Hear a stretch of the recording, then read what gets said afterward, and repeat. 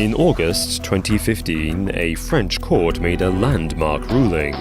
They granted $900 a month in disability support to 39-year-old Marine Richard. While Richard had worked as a radio documentary producer in the city, she suffered constant headaches, itching, fatigue, nausea and palpitations. No medication worked to relieve the symptoms. The only solution she found was to become a recluse in the mountains of France, living in a barn without electricity or running water. The cause of all her unbearable suffering? Wi-Fi. Richard fought her successful legal case on the grounds that she suffers from electromagnetic hypersensitivity, or EHS. EHS is a controversial condition and is not officially recognized in France. However, it is recognized in Sweden and Germany. People with this condition say they are affected by electromagnetic fields. Electromagnetic radiation is all around us, emitted by virtually every electronic device. It is a form of microwave radiation, which may be linked to certain cancers and Alzheimer's. Phones and Wi-Fi devices use it to connect to networks. Since the turn of the century, the number of Wi-Fi connections around us has increased exponentially as every home, restaurant, school and pub has installed Wi-Fi to facilitate our growing number of gadgets that utilize or even require Wi-Fi. The number of people suffering EHS has grown too. According to surveys, up to 5% of people in developed countries report symptoms of EHS. However, these surveys are 14 years old and relied on self-reporting. The last census of EHS sufferers took place before Wi-Fi became commonplace, so the real number of people with the syndrome could be far higher.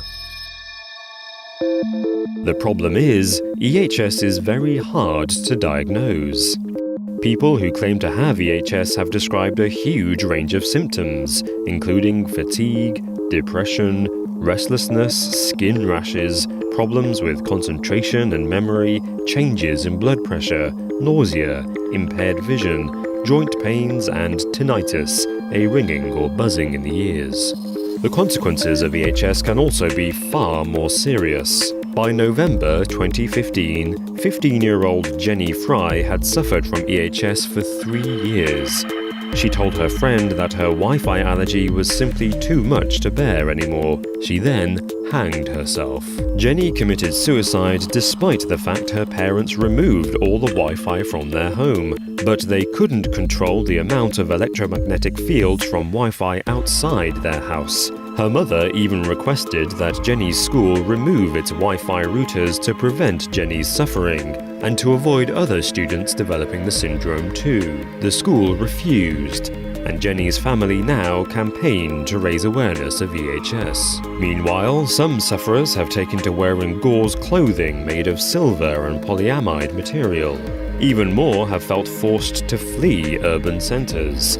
A nature reserve in Drôme in France has become a refuge for EHS sufferers. Devices that emit electromagnetic radiation, be they phones, computers or TVs, are banned there. Likewise, Green Bank in West Virginia is becoming home to more EHS sufferers, since it lies in the National Radio Quiet Zone. There are similar communities in South Africa, the UK and elsewhere around the globe.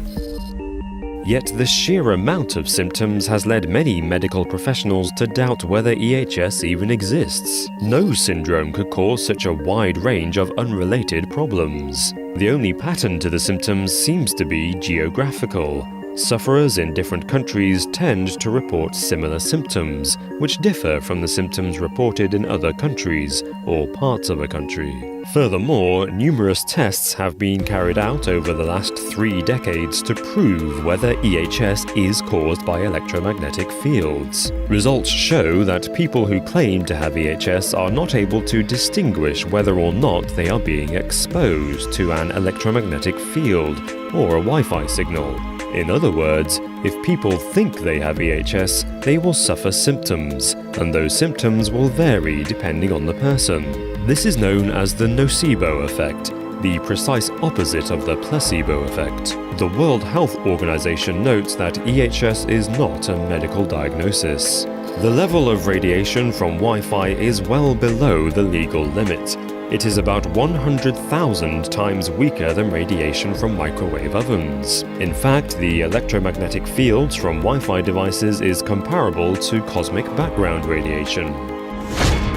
Cosmic background radiation is essentially remnants of heat from the Big Bang. It has been around since the beginning of the universe, and its effect on our health is negligible. Generally speaking, scientists do not believe EHS is a real disease. They believe it is a psychological condition.